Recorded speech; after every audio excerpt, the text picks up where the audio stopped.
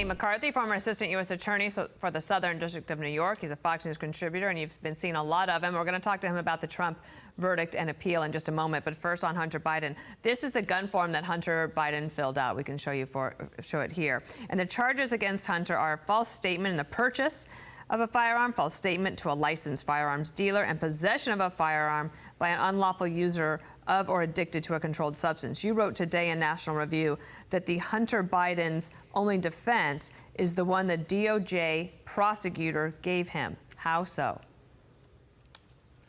Well, Dana, if he had been timely prosecuted, remember, this is something, I think Hunter obtained the gun on October 12th of 2018 and had it for about 11 days. The evidence against him is very strong. The law enforcement people were brought into this when the gun was lost. They tried to discard it. Precisely, it seems like Hallie Biden tried to discard it because they were worried that Hunter was drug-addled and might hurt himself or someone else. So it's a case that's pretty overwhelming, that's only become more overwhelming with time as Hunter has made a lot of statements about the condition he was in at that time. I don't think he's got much of an argument that he wasn't a drug addict at that time. But where he does have an argument is while David Weiss delayed in bringing the case for nearly 5 years, the Supreme Court in 2022 in the Bruin case basically made a ruling that calls into question a number of federal firearms restrictions, including whether it's constitutional under the Second Amendment to ban drug users and drug addicts from possession of firearms. And therefore, he now has a defense that he wouldn't have if he were timely tried in 2018 or 19, or if he had pled guilty then, Bruin wouldn't be an issue. So basically, his attorneys are going to argue that he just came out of an 11-day rehab plan, and they'll argue that he was sober at the time. Let's turn to Trump right now and about this appeal. Here's Will Scharf from over the weekend on ABC. Watch. The president's going to cooperate with the pre-sentence investigation, and we're going to speedily appeal this unjust verdict. I think this case is replete with reversible error. We plan to vigorously defend President Trump's rights in the appellate courts all the way up to the U.S. Supreme Court if necessary. So the appeal is 30 days after the sentencing, so the window opens on July 11th. I don't know if this appeal happens before the election. It seems a stretch to me, but I was looking at the accounts for Alan Weisselberg, the former accountant.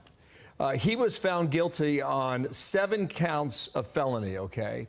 In the state of New York, it's A through E. A is the most serious. So Trump was found guilty for a Class E felony. So what's the judge going to do when it comes to sentencing?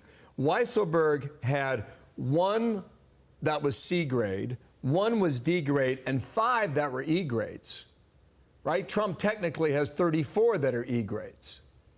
Weisselberg is age 76 now. Trump is 77. Is Merchan going to put Trump in jail, Andy? Well, I think there'll be a lot of pressure on Merchan to have a jail sentence component to the sentence. I don't think he should. I don't think he should put former President Trump, give him a prison sentence. I think that would be really over the top in a case like this. But again, he'll have a lot of pressure to do that. This is a nonviolent felony in New York City where, you know, as some of our reporting has shown, you have people who are committing really serious crimes, including assaults on police officers who are back out on the street and nothing flat. For a case like this, for a former president who is the de facto nominee of the Republican Party in the upcoming election, it seems to me it would be really ridiculous to put him in jail for a crime like this. We shall see. Andy, your piece in the in National Review called "In Memory of Justice," regardless of what happens to Donald Trump, all of us will live to regret it. We commend that to our viewers, and maybe just give you a quick final word about that piece.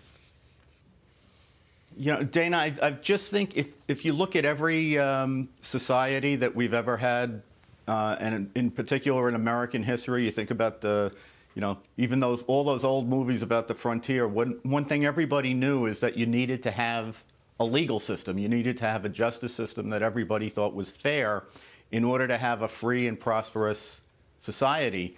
And what I fear when you've turned this into a partisan weapon is that we lose that. And if we lose the undergirding of the rule of law, you can't have a free and prosperous society. You just can't. So I worry that we don't recognize the damage that's been done here.